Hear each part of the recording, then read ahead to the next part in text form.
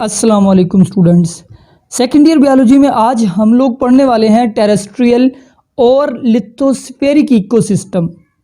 तो terrestrial mean ज़मीनी यानी लैंड के ऊपर जो लाइफ है उसके इकोसिस्टम, ज़मीन के ऊपर इकोसिस्टम। हम लोग पिछले लेक्चर्स में बात कर चुके हैं कि इकोसिस्टम एक बहुत बड़ा एरिया जिसके ऊपर जानदारों की कम्युनिटीज़ रहती है, उस एरिया को हम इकोसिस्टम कहते हैं। जैसे जंगल एक लैंड का इकोसिस्टम है, और उससे पहले हमने फ्रेश वाटर और मेरीन वाटर को भी डिस्कस किया, उसके इकोसिस्टम हम लोग पढ़ चुके हैं, यानी हाइड्रोस्फेरिक इकोसिस्टम हमने पढ़ लिया है। अब ये दूसरा इकोसिस्टम है। सो इसकी डेफिनेशन ये है कि ecosystem present on land is called terrestrial और लिथोस्फेरिक इकोसिस्टम, क्योंकि लिथो का मतलब होता है एक्चुअली सॉइल, लैंड के ऊपर जो इकोसिस्टम है। अब सॉइल की कुछ कैरेक्टरिस्टिक्स देखें, यानी टेरेस्ट्रियल इकोसिस्टम के ऊपर इनफ लाइट की कोई कमी नहीं है, हर जगह पे लाइट मौजूद है। तो जो भी जानदार लैंड के ऊपर होंगे ना, लाइट उनको मुयस्सर होगी। जबकि हमने वाटर में बात की थी कि जो डीप वाटर एनिमल्स होते हैं उनको लाइट नहीं मिल सकती। दूसरी तरफ न्यूट्रिएंट जो है वो इनफ न्यूट्रिएंट ऑन सॉइल, ज़मीन के ऊपर न्यूट्रिएंट भी काफ़ी मौजूद होते हैं, क्योंकि मिट्टी के अंदर न्यूट्रिएंट काफ़ी देर तक मौजूद रहते हैं, तो न्यूट्रिएंट की भी कमी नहीं है। हाँ, जिस चीज़ की कमी है वो है वाटर। वाटर बड़ा अनइवनली डिस्ट्रीब्यूट है, unevenly distribute on both place and time. Place में भी अनइवनली डिस्ट्रीब्यूट है और टाइम में भी। अब प्लेस से ये मुराद है कि एक जगह से प्लेस टू प्लेस, यानी कुछ जगह ज़मीन के ऊपर ऐसी है जहाँ पे पानी की कोई कमी नहीं है, जैसे ट्रॉपिकल रेन फॉरेस्ट या अमेज़न रेन फॉरेस्ट, वहाँ पानी की कोई कमी नहीं है, बहुत ज़्यादा बारिशें होती हैं। और दूसरी तरफ कुछ ऐसी जगह जहाँ पे साल साल पानी मिलता ही नहीं पौधों को, जैसे सहारा जो डेजर्ट है, सबसे बड़ा दुनिया का डेजर्ट, वहाँ पे सालों बारिश नहीं होती। तो बड़ा अनइवनली डिस्ट्रीब्यूट है कि कुछ जानदारों को पानी बहुत मिल रहा है, कुछ को नहीं मिल रहा।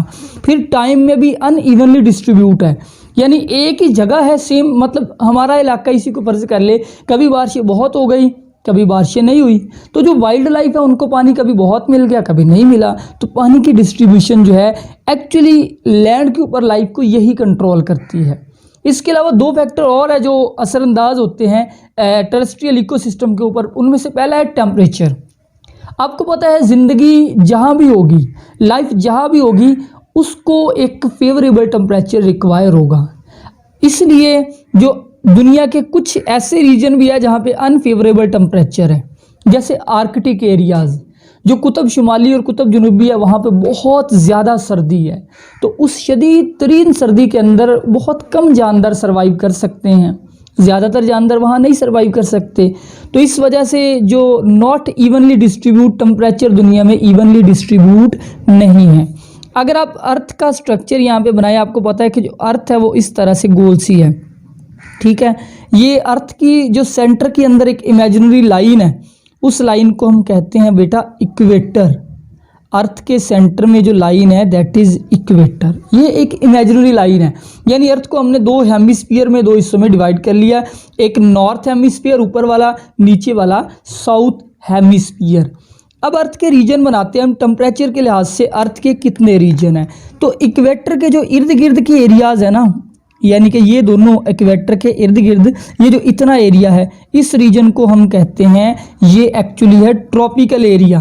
कौन सा है? ये है ट्रॉपिकल एरिया, या इनको ट्रॉपिक्स कहते हैं। सो ट्रॉपिक्स अर्थ के वो एरियाज़ हैं जहाँ पे तकरीबन सारा साल सूरज की शुआएं सीधी पड़ती है।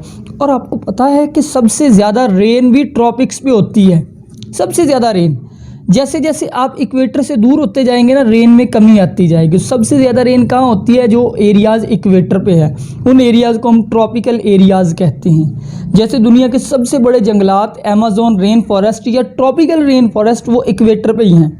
तो इक्वेटर के इर्द गिर्द वाले इलाके, वहाँ पे सूरज की शुआएं भी सीधी पड़ती है, बिल्कुल सूरज ऐसे है, सूरज की शुआएं सारा साल सीधी पड़ती है इक्वेटर पे। तो ये इलाके थोड़े गर्म भी है, थोड़े मॉइस्ट भी है, बारिशें भी ज़्यादा है, और सूरज की शुआएं भी ज़्यादा होती है। टेम्परेचर यानी कि अच्छा होता है यहाँ पे। अब इक्वेटर से अब थोड़ा सा दूर हट जाए, जैसे ये एरियाज़ जो है, यानी ये जो साथ वाले एरियाज़ है इक्वेटर के, ये वाले, इन एरियाज़ को हम क्या कहते हैं? ये एक्चुअली है टेम्परेट एरिया। यानी कि ना यहाँ पे ज़्यादा सर्दी है ना ज़्यादा गर्मी है। ये टेम्परेट है। टेम्परेट का मतलब होता है दरमियाने, मोतदिल कह ले आप इनको। यानी जब सर्दी आती है सर्दी बहुत पड़ती है, गर्मी आती है गर्मी बहुत पड़ती है। इक्वेटर पे तकरीबन टेम्परेचर मॉडरेट ही रहता है, लेकिन यहाँ पे टेम्परेचर जो है वो सर्दियों में ज़्यादा सर्द, गर्मियों में ज़्यादा गर्म। हम टेम्परेट रीजन में ही रहते हैं, हमारा मुल्क पाकिस्तान टेम्परेट रीजन में है। अब जैसे जैसे आप इक्वेटर से दूर होते जा रहे हैं सर्दी भी बढ़ती जाएगी। जैसे अब ये जो एरिया है ये एक्चुअली नॉर्थ पोल है और ये है साउथ पोल। नॉर्थ और साउथ पोल पे तो बहुत ज़्यादा ठंड होती है, बर्फ़ ही बर्फ़ नज़र आती है इस पे। तो ये जो इन एरियाज़ को आप पोलर एरियाज़ कहते हैं, पोलर एरियाज़ पे बहुत ज़्यादा सर्दी होती है। इस सर्दी के अंदर, इस बर्फ़ के अंदर जानदारों की कुछ किस्में रह सकती है, जैसे पोलर बियर है, आर्कटिक फॉक्स है, पेंगुइन है, इस तरह के जानदार रह सकते हैं। हर एरा गैरा नत्थू खैरा जानदार इन पोलर एरियाज़ में नहीं हो सकता। यानी हमें क्या पता चला कि जो फेवरेबल टेम्परेचर है ये अर्थ के कुछ ही एरियाज़ में अवेलेबल है, ज़्यादातर एरियाज़ में लाइफ के लिए टेम्परेचर इतना फेवरेबल नहीं है। दूसरी चीज़ जो लैंड के ऊपर लाइफ पे असरअंदाज होती है वो है एयर। हवा हर जगह ज़मीन पे मौजूद है, तो एयर इज़ कांस्टेंट मोशन। ये हवा मुकम्मल हरकत भी करती रहती है, यानी एक विंड की सूरत में चलती रहती है। मोर यूनिफॉर्म, और ये यूनिफॉर्म है, यानी हवा के अंदर जो ऑक्सीजन है उसकी मिकदार तकरीबन हर जगह पे 21% के करीब मौजूद है। CO2 की मिकदार जो है 0.03 से लेके 0.04 तक मौजूद होती है। तो ऑक्सीजन, कार्बन डाइऑक्साइड, ऑक्सीजन जो कि रेस्पिरेशन के लिए चाहिए, कार्बन डाइऑक्साइड जो कि फोटोसिंथेसिस के लिए चाहिए, ये मौजूद है अर्थ के हर हिस्से पे। हाँ, अगर कोई एरिया बहुत ज़्यादा बुलंदी पे है, बहुत हाई आल्टीट्यूड पे है, वहाँ पे लेस ऑक्सीजन होगी।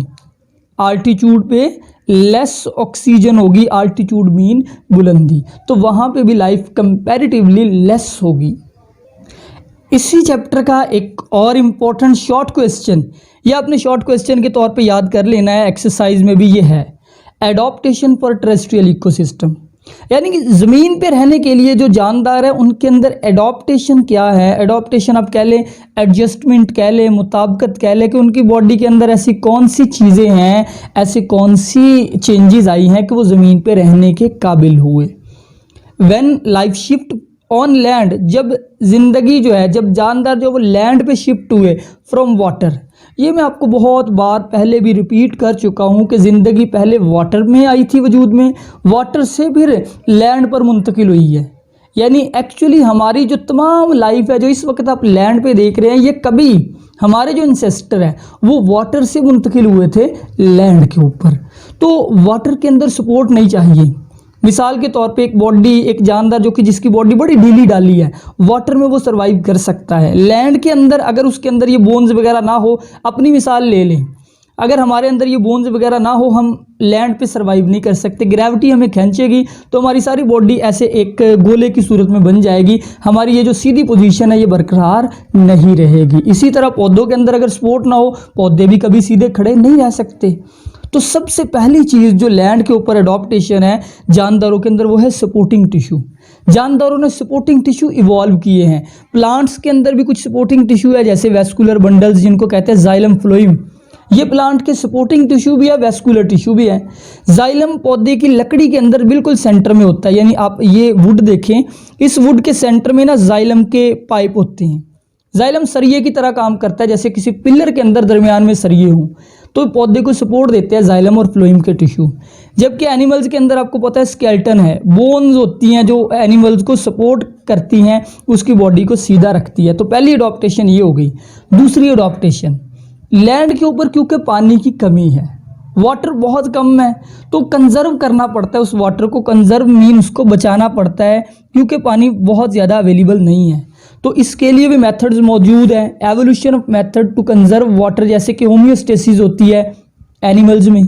मसलन यही समझ ले कि अगर आपकी बॉडी में वाटर लेस है ना, तो आपके किडनी उस वाटर को कंजर्व करेंगे।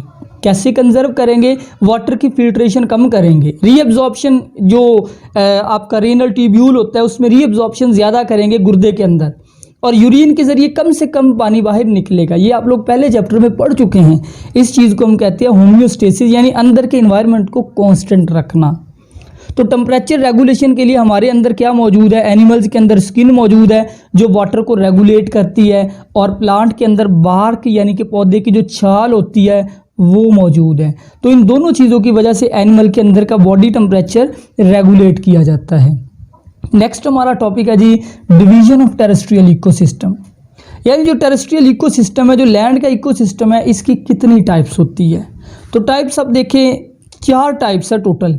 पहली है फॉरेस्ट इकोसिस्टम, यानी कि जंगलात, ये ज़मीन के ऊपर एक जंगलात बहुत बड़ा इकोसिस्टम है। फिर दूसरी किस्म है ग्रासलैंड इकोसिस्टम, तीसरी है डेजर्ट इकोसिस्टम, चौथी है टंड्रा। टंड्रा को हम इसी चैप्टर के अंदर एंड पे डिस्कस भी करेंगे। टंड्रा जो है वो एक्चुअली आप अभी ये समझ लें कि टंड्रा से मुराद है जो पोलर एरियाज़ है उनके इकोसिस्टम। हाँ, जो फॉरेस्ट है ना, जो पहला इकोसिस्टम है, जो पहला बायोम है, इसकी 3 किस्में होती है फॉरेस्ट की। ट्रॉपिकल रेन फॉरेस्ट पहली किस्म, टेम्परेट डिसीडुअस फॉरेस्ट दूसरी किस्म, and coniferous alpine and boreal forest. जंगलात 3 तरह के हैं। ट्रॉपिकल रेन फॉरेस्ट जिनमें बारिशें बहुत ज़्यादा होती है, टेम्परेट मीन दरमियाने फॉरेस्ट जिनमें बारिशें दरमियानी सी होती है, ना बहुत ज़्यादा ना बहुत कम, and coniferous alpine and boreal forest जो ठंडे इलाकों के जंगलात है, जो बर्फानी इलाकों के जंगलात है।